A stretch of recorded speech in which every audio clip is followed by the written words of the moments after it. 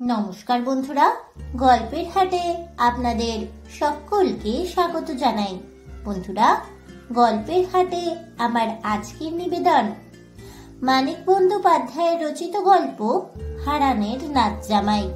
গল্পটি শুনে ভালো লাগলে অবশ্যই ভিডিওটি লাইক, কমেন্ট, শেয়ার আর আমার চ্যানেলটিকে সাবস্ক্রাইব করে দেবেন। তাহলে চলুন বন্ধুরা, গল্পটি শুরু করা যাক। গল্প পাঠে আমি বৈশালী, আর আপনারা শুনছেন আজকের গল্প হারানের নাচ জামাই। মাঝরাতে পুলিশ গায়ে হানা দিল। সঙ্গে জোরদার চণ্ডী ঘোষের লোক কানাই ও শ্রীপতি, কয়েকজন লেঠেল। কনকনে শীতের রাত, বিরাম বিশ্রাম, হেঁটে ফেলে ঊর্ধ্বশ্বাসে 3টি দিন রাত্রি একটানা ধান কাটার পরিশ্রমে পুরুষেরা অচেতন হয়ে ঘুমোচ্ছিল। পালা করে জেগে ঘরে ঘরে ঘাঁটি আগলে পাহারা দিচ্ছিল। মেয়েরা শাঁখ আর উলুধ্বনিতে গ্রামের কাছাকাছি। পুলিশের আকস্মিক আবির্ভাব জানাজানি হয়ে গিয়েছিল। প্রায় সঙ্গে সঙ্গে পুলিশ সমস্ত গাঁ ঘিরে ফেলবার আয়োজন করলে হারানের ঘর থেকে ভুবন মণ্ডল সরে পড়তে পারত, উধাও হয়ে যেত। গাঁ শুদ্ধ লোক যাকে আড়াল করে রাখতে চায়, হঠাৎ হানা দিয়েও হয়তো পুলিশ সহজে তার পাত্তা পায় না। 1.5 মাস চেষ্টা করে পারেনি।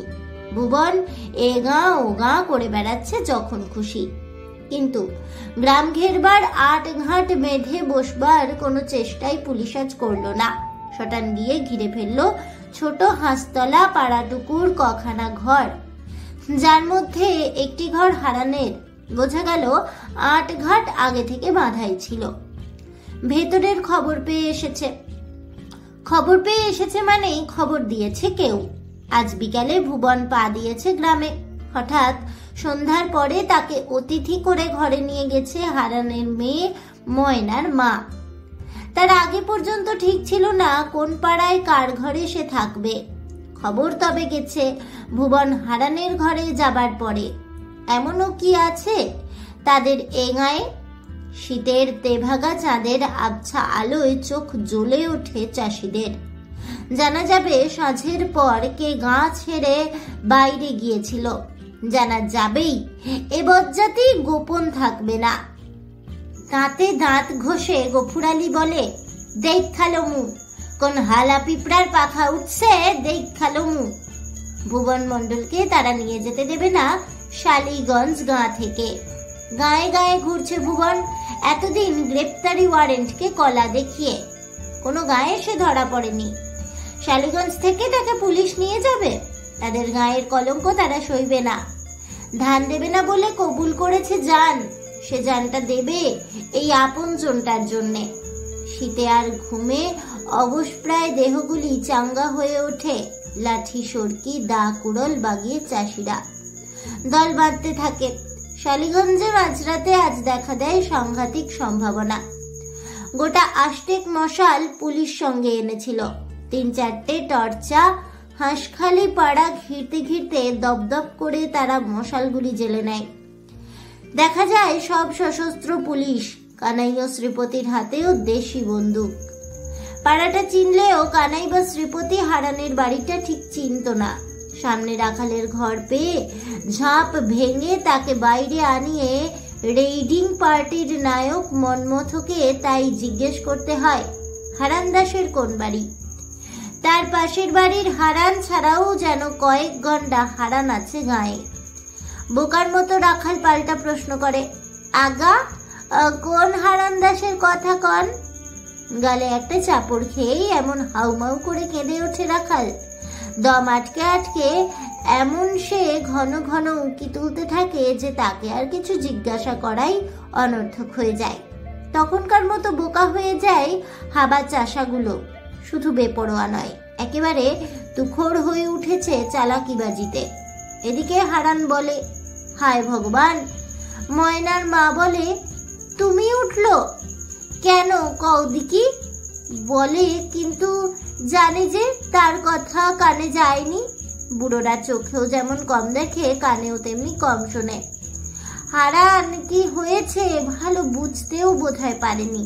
শুধু বাইরে একটা গন্ডগোল টের পেয়ে ভরকে গিয়েছে। ছেলে আর মেয়েটাকে বুঝিয়ে দেওয়া গেছে চটপট। এই বুড়োকে বোঝাতে গেলে এত জোরে চেঁচাতে হবে যে প্রত্যেকটি কথা কানে পৌঁছবে বাইরে যারা বের দিয়েছে তাদেরও। দু এক দণ্ড চেঁচালেই যে বুঝবে হারান তাও নয়। তার ভোঁতা ঢিমে মাথায় অত সহজে কোনো কথা ঢোকে না। এই বুড়োর জন্য না ফাঁস হয়ে যায় সব। ভুবনকে বলে ময়নার মা, বুড়া বাপটার তরে ভাব না। ভুবন বলে, মোর কিন্তু হাসি পায় ময়নার মা। ময়নার মা গম্ভীর মুখে বলে, হাসির কথা না, গুলিও করতে পারে। দেখুন মাত্র কইব হাঙ্গামা করছিলেন। তাড়াতাড়ি একটা কুপি জালে ময়নার মা। হারানকে তুলে নিয়ে ঘরে বিছানায় শুইয়ে দিয়ে হাতের আঙুলের ইশারায় তাকে মুখ বুজে চুপচাপ শুয়ে থাকতে বলে। তারপর কুপির আলোয় মেয়ের দিকে তাকিয়ে নিদারুণ আফসোসে ফুঁসে ওঠে, আহ, ভালো শাড়ি খান পরতে পারলি না বলছো নাকি? ময়না বলে। ময়নার মা নিজেই টিনের তোরঙ্গের ডালাটা প্রায় মুচড়ে ভেঙে তাঁতের রঙিন শাড়ি খান বার করে। ময়নার পরনের ছেঁড়া কাপড়খানা তার গা থেকে একরকম ছিনিয়ে নিয়ে তাড়াতাড়ি এলোমেলো ভাবে জড়িয়ে দেয় রঙিন শাড়িটি। বলে, ঘুমটা দিবি, লাজ দেখাবি, জামাইয়ের কাছে যেমন দেখাস। ভুবনকে বলে, ভালো কথা, শোনেন, আপনার নাম হইল জগমোহন, বাপের নাম সাতকড়ি, বাড়ি হাতিনাড়া, থানা গৌরপুর। নতুন এক কোলাহল কানে আসে ময়নার মার। কান খাড়া করে সে শোনে। কুপির আলোতেই টের পাওয়া যায় প্রৌঢ় বয়সের শুরুতেই তার মুখখানাতে দুঃখ দুর্দশার ছাপ ও রেখা কি রুক্ষতাও কাঠিন্য এনে দিয়েছে। ধুতি পরা বিধবার বেশ আর কদম ছাঁটা চুল চেহারায় এনে দিয়েছে পুরুষালী ভাব। গা ভাঙ্গা রুইখা আইতেছে, তাই না? ভাবতেছিলাম ব্যাপার কি, গাঁর মাইনসের সাড়া নাই। ভুবন বলে, তবেই সারছে, 10-20টা খুন জখম হইব নির্ঘাত। আমি যাই, সামলাই গিয়া। থামেন আপনি, বসেন। ময়নার মা বলে, দেখেন কি হয়। সদেরিক চাষি চাষারে অস্ত্র হাতে এসে দাঁড়িয়েছে দল বেঁধে। ওদের আওয়াজ পেয়ে মনমথ জড়ো করেছে তার ফৌজ। হারানের ঘরের সামনে 2-4 জন শুধু পাহারায় আছে। বাড়ির পাশেও পিছনে বেড়া ডিঙিয়ে। ওদিক দিয়ে ভুবন না পালায়। 10টি বন্দুকের জোর মনমথের। তার নিজের রিভলভার আছে। তবু চাষিদের মরিয়া ভাব দেখে সে অস্বস্তি বোধ করছে। স্পষ্টই বোঝা যায় তার সুরটা রীতিমতো নরম শোনায়। স্রেফ হুকুম জারির বদলে সে যেন একটু বুঝিয়ে দিতে চায় সকলকে। উচিত তার অনুচিত কাজের পার্থক্যটা, পরিমাণটাও। বক্তৃতার ভঙ্গিতে সে জানায় যে হাকিমের দস্তখতি পরোয়ানা নিয়ে সে এসেছে। হারানের ঘর তল্লাশ করতে আসামি না পায় ফিরে চলে যাবে। এতে বাধা দেওয়া, হাঙ্গামা করা উচিত নয়। তার ফল খারাপ হবে, বেআইনি কাজ হবে সেটা। গফুর চেঁচিয়ে বলে, মোরা তল্লাশ করতে দিমু না। প্রায় 200 গলা সায় দেয়, দিমু না। এমনি যখন অবস্থা, সংঘর্ষ প্রায় শুরু হয়ে যাবে। মনমথ হুকুম দিতে যাচ্ছে গুলি চালাবার। ময়নার মার খ্যানখ্যানে তীক্ষ্ণ গলা শীতার্ত থমথমে রাত্রিকে ছিঁড়ে কেটে বেজে উঠল। ওরাও দেখি তোমরা, হাঙ্গামা কইরো না। মোর ঘরে কোনো আসামি নাই। চোর ডাইকাত নাকি যে ঘরে আসামি রাখুম? বিকালে জামাই আসছে, শোয়াইছি মাইয়া জামাই রে। দারোগা বাবু, তল্লাশ করতে চান তল্লাশ করেন। মনমথু বলে, ভুবন মন্ডল আছে তোমার ঘরে? ময়নার মা বলে, দেখেন আয়শা, তল্লাশ করেন। ভুবন মন্ডল কেডা? নাম তো শুনি নাই। বাপের কালে মাইয়ার বিয়া দিলাম বৈশাখে। 2 ভরি রূপা কম দিছি। কেন? জামাই ফিরজা তাকায় না। 2 ভরির দাম পাঠাইয়া দিছি, তবে আইজ জামাই পায়ের ধুলা দিছে। আপনারে কমুকি দারোগা বাবু? মাইয়াটা কাইন্দা মইরা যাইতো। কান্দে, আমি তত কান্দি। আচ্ছা আচ্ছা, মনমথু বলে, ভুবনকে না পাই, জামাই নিয়ে তুমি রাত কাটিও। গৌর সাউ হেঁকে বলে, অত চুপে চুপে আছে কেন জামাই? ময়নার মা গা জ্বলে ময়নার মার। বলে, সদর দিয়া আইছে তোমার একটা মাইয়ার 7টা জামাই চুপে চুপে আসে। মোর জামাই সদর দিয়া আইছে। গৌর আবার কি বলতে যাচ্ছিল কে যেন আঘাত করে, তার মুখে একটা আর্ত শব্দ শুধু শোনা যায়, সাপে ধরা ব্যাঙের একটিমাত্র আওয়াজের। ময়নার রঙিন শাড়ি ও আলুথালু বেশ চোখে যেন ধাঁধা লাগিয়ে দেয় মন্মথর। পিচুটির মতো চোখে এঁটে যেতে চায় ঘোমটা পড়া ভীরু লাজুক কচি চাষি মেয়েটার আধপুষ্ট দেহটি। এ যেন কবিতা, বিয়ে পাশ মন্মথর কাছে, যেন চোরাই স্কচ হুইস্কির পেট, যেন মাটির পৃথিবীর জীর্ণ ক্লিষ্ট অফিসিয়াল জীবনে এক ফোঁটা টসটসে দরদ। তার রীতিমতো আফসোস হয় যে জোয়ান মর্দ মাঝবয়সী চাষারে লোকটার স্বামী, ওর আদরেই মেয়েটার এই আলুথালু বেশ। তবু মন্মথ জেরা করে, সংশয় মেটাতে গায়ের দুজন বুড়োকে এনে শনাক্ত করায়, তারপরেও যেন তার বিশ্বাস হতে চায় না। ভুবন চুপচাপ দাঁড়িয়ে আছে, গায়ে চাদর জড়িয়ে, যতটা সম্ভব নিরীহ গোবেচারা সাজে, কিন্তু খোঁচা খোঁচা গোবদারি ভরা মুখ, রুক্ষ এলোমেলো এক মাথা চুল, মোটেই তাকে দেখায় না নতুন জামাইয়ের মতো। মন্মথ গর্জন করে হারানকে প্রশ্ন করে, এ তোমার নাতনির বর? হারান বলে, হায় ভগবান। ময়নার মা বলে, জিগান মিছা, কানে শোনে না, বদ্ধ কালা। আহ, মন্মথ বলে। ভুবন ভাবে এবার তার কিছু বলা বা করা উচিত, এমন হাঙ্গামা জানলে আইতাম না কর্তা, মিছা কইরা আনছে, আমারও সরাইলের হাটে আইছি, ঠাইরেন পোলারে দিয়া খবর দিলেন। মাইয়া নাকি মরমর, তখন যায়, এখন যায়, তুমি অমনি ছুটে এলে, আসুন না, রাতি ভরি সোনা রূপা যা দিব কইছিল তাও ঠেকাই নাই বিয়াতে, মইরা গেলে গাঁও থেইকা খুইলা নিলে আর পামু। ও তাই ছুটে এসেছো, তুমি হিসেবি লোক বটে, মন্মথ বলে ব্যঙ্গ করে। আর কিছু করার নেই, বাড়িগুলি তল্লাশ ও তছনছ করে নিয়ম রক্ষা করা ছাড়া। জামাইটাকে বেঁধে নিয়ে যাওয়া চলে সন্দেহের যুক্তিতে গ্রেফতার করে, কিন্তু হাঙ্গামা হবে। দুপা পিছু হটে এখনো চাষির দল দাঁড়িয়ে আছে, ছত্রভঙ্গ হয়ে চলে যায়নি। গায়ে গায়ে চাষাগুলোর কেমন যেন উগ্র মরিয়া ভাব, ভয় ডর নেই। ঘরে ঘরে তল্লাশ চলতে থাকে, একটা বিড়াল লুকোনোর মতো আড়ালো যে ঘরে নেই, সে ঘরেও কাঁথা বালিশ হাড়ি পাতিল জিনিসপত্র ছত্রখান করে খোঁজা হয় মানুষকে। মন্মথ থাকে হারানের বাড়িতেই। অল্প নেশায় রঙিন চোখা এসব কাজে বেরোতে হলে মন্মথ অল্প নেশা করে। মাল সঙ্গে থাকে, কর্তব্য সমাপ্তির পর টানবার জন্য।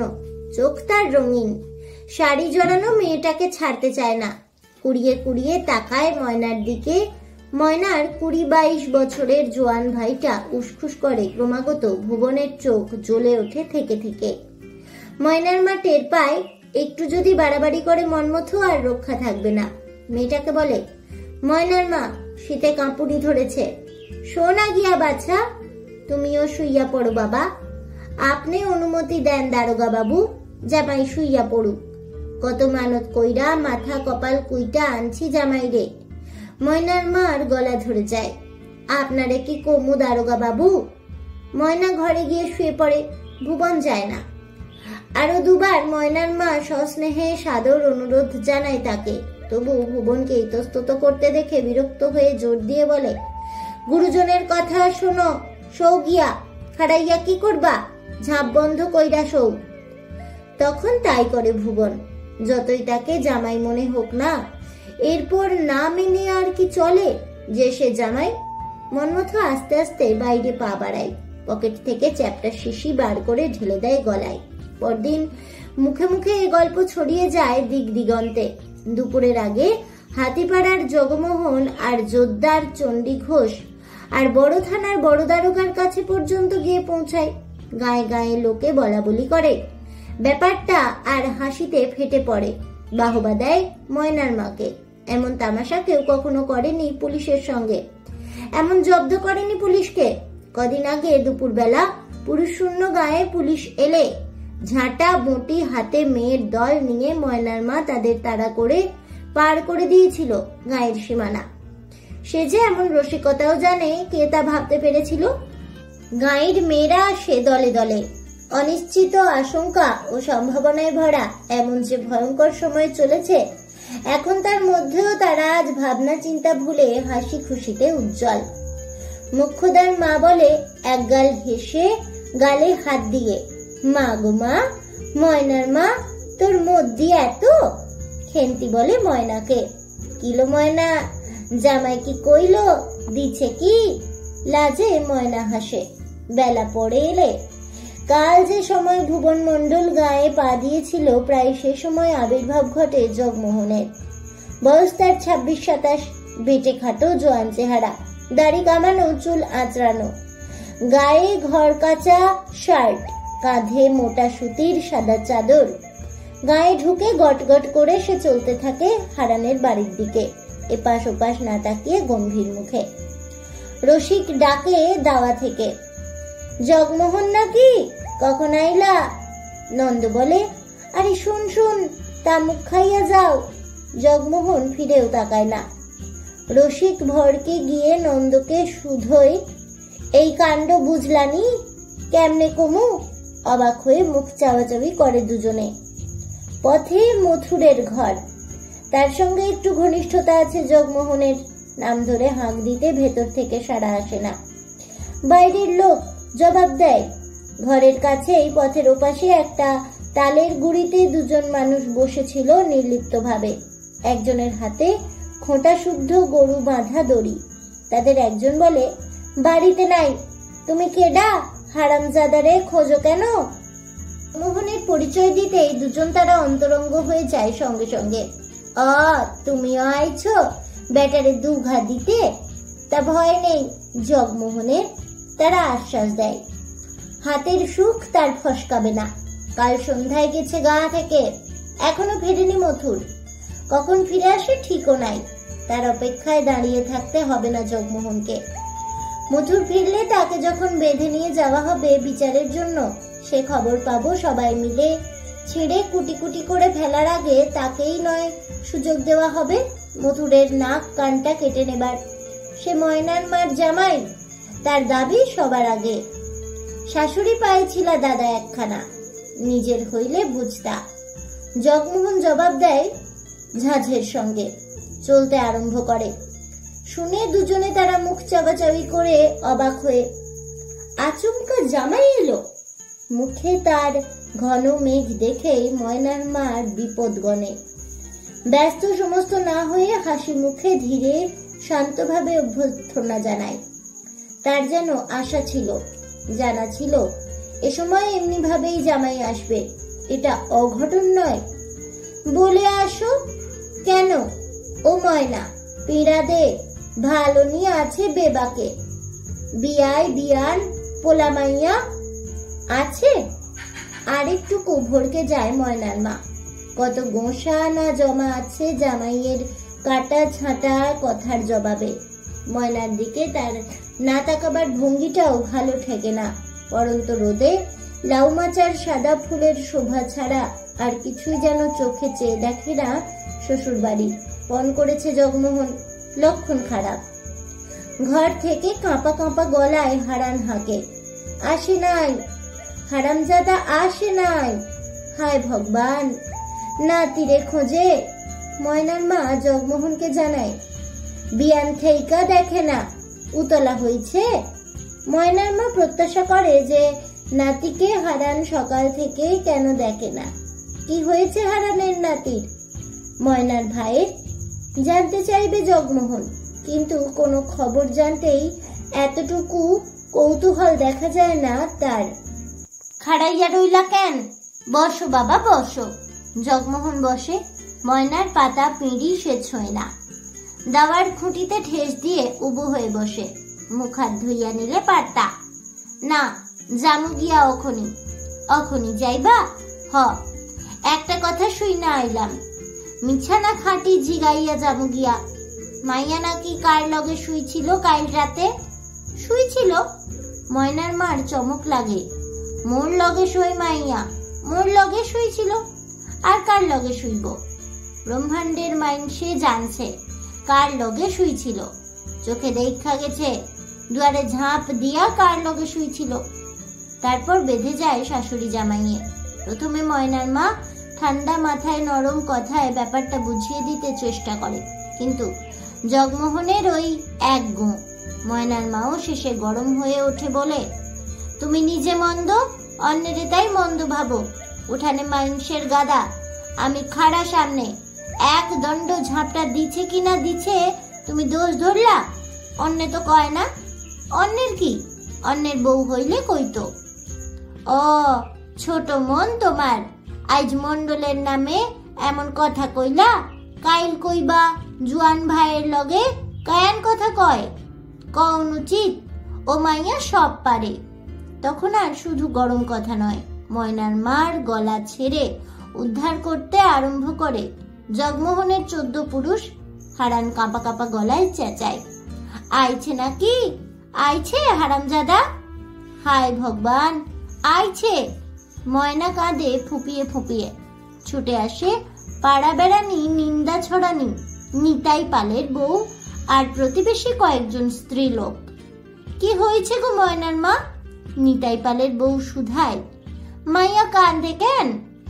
তাদের দেখে সম্বিত ফিরে পায় ময়নার মা। ফোঁস করে ওঠে, কাঁদে কেন? ভাইটারে ধইরা নিচ্ছে, কাঁদবো না? জামাই বুঝি আইছে খবর পাইয়া? শুনবা বাছা, শুনবা? বইতে দাও, জিরাইতে দাও। ময়নার মার বিরক্তি দেখে ধীরে ধীরে অনিচ্ছুক পদে মেয়েরা ফিরে যায়। তাকে ঘাঁটাবার সাহস কারণেই ময়নার মা মেয়েকে ধমক দেয়, কাঁদিস না। বাপরে নিয়া ঘরে গেছিলি, বেশ করছিলি, কাঁদনের কি? বাপ নাকি? জগমোহন বলে ব্যঙ্গ করে। বাপ না, মন্ডল 10টা গাঁয়ের বাপ। খালি জন্ম দিলেই বাপ হয় না, অন্ন দিলেও হয়। মন্ডল আমাগো অন্ন দিছে, আমাগো বুঝাইছে, সাহস দিছে, একসাথ করছে, ধান কাটাইছে। না তো চণ্ডী ঘোষ নিত বেবাক ধান। তোমারে কই যোগু? হাতে ধইরা কই, বুঝা দেখো, মিছা গোসা কইরো না। বুঝা কাম নাই, অখন যাই। রাইটটা থাইকা যাও, জামাই আইলা গেলে গিয়া মাইনছে কি কইব? জামাইয়ের অভাব কি? মাইয়া আছে, কত জামাই জুটবো। বেলা শেষ হতে না হতে ঘনিয়ে এসেছে শীতের সন্ধ্যা। অল্প অল্প কুয়াশা নেমেছে। খুঁটের ধোঁয়া ও গন্ধে নিশ্চল বাতাস ভারী। যাই বলেই যে গা তোলে জগমোহন তা নয়। ময়নার মারও তা জানা আছে যে শুধু শাশুড়ির সঙ্গে ঝগড়া করে যাই বলেই জামাই গটগট করে বেরিয়ে যাবে না। ময়নার সাথে বোঝাপড়া, ময়নাকে কাঁদানো এখনো বাকি আছে। যদি যায় জামাই, মেয়েটাকে নাকের জলে চোখের জলে এক করিয়ে তারপর যাবে। আর কথা বলে না ময়নার মা। আস্তে আস্তে উঠে বেরিয়ে যায় বাড়ি থেকে। ঘরে কিছু নেই, নোয়া মুড়ি কিছু জোগাড় করতে হবে। খাক বা না খাক, সামনে ধরে দিতেই হবে জামাইয়ের। চোখ মুছে নাক ঝেড়ে ময়না বলে ভয়ে ভয়ে, ঘরে আসো। খাসা আছি, শুইছিলা তো? না, মা কালীর কিরা, শুই নাই। মার কৌনে খালি ঝাঁপ দিছিলাম, বাঁশটাও লাগাই নাই। ঝাঁপ দিছিলা, শোও নাই? বেউলা সত্যি? ময়না তখন কাঁদে। তোমার লগে আইজ থেইকা শেষ। ময়না আরো কাঁদে। ঘর থেকে হারান কাপা গলায় হাঁকে, আসে নাই? ছোড়া আসে নাই? হায় ভগবান! থেমে থেমে এক একটা কথা বলে যায় জগমোহন। না থেমে অবিরাম কেঁদে চলে ময়না। যতক্ষণ না কান্নাটা একঘেয়ে লাগে জগমোহনের, তখন কিছুক্ষণ সে চুপ করে থাকে। মুড়ি মোয়া জোগাড় করে পাড়া ঘুরে ময়নার মা যখন ফিরে আসে, ময়না তখন চাপা সুরে ডুকরে ডুকরে কাঁদছে। বেড়ার বাইরে সুপারি গাছটা ধরে দাঁড়িয়ে থাকে ময়নার মা। সারাদিন পরে এখন আর দু চোখ জলে ভরে যায়। জোরদারের সাথে, দারোগা পুলিশের সাথে লড়াই করা চলে, অবুঝ পাষণ্ড জামাইয়ের সাথে লড়াই নেই। আপন মনে আবার হাঁকে হারান, আসে নাই? মোর মরণটা আসে নাই? হায় ভগবান! জগমোহন চুপ করেছিল। এতক্ষণ পরে হঠাৎ সে জিজ্ঞাসা করে, শালার খবর ওয়ারে ধরেছে কেন? ময়নার কান্না থিতিয়ে এসেছিল। সে বলে, মন্ডল খুড়ার লগে গোদল পাড়া গেছিল। ফিরতি পথে একা পাইয়া ধরছে। কেন ধরছে? কাইল জব্দ হইছে সেই রাগে বুঝি। বসে বসে কি ভাবে জগমোহন। আর কাঁদায় না ময়নাকে। ময়নার মা ভেতরে আসে, কাশিতে মুড়ি আর মোয়া খেতে দেয় জামাইকে। বলে, মাথা খাও, মুখে দাও। আবার বলে, রাইত কইরা কেন যাইবা বাবা, থাইকা যাও। থাকনের বোনাই, মা দিব্যি দিছে, তবে খাইয়া যাও। আখা ধরাই। পোলাটারে ধইরে নিছে, পরান পোড়াই।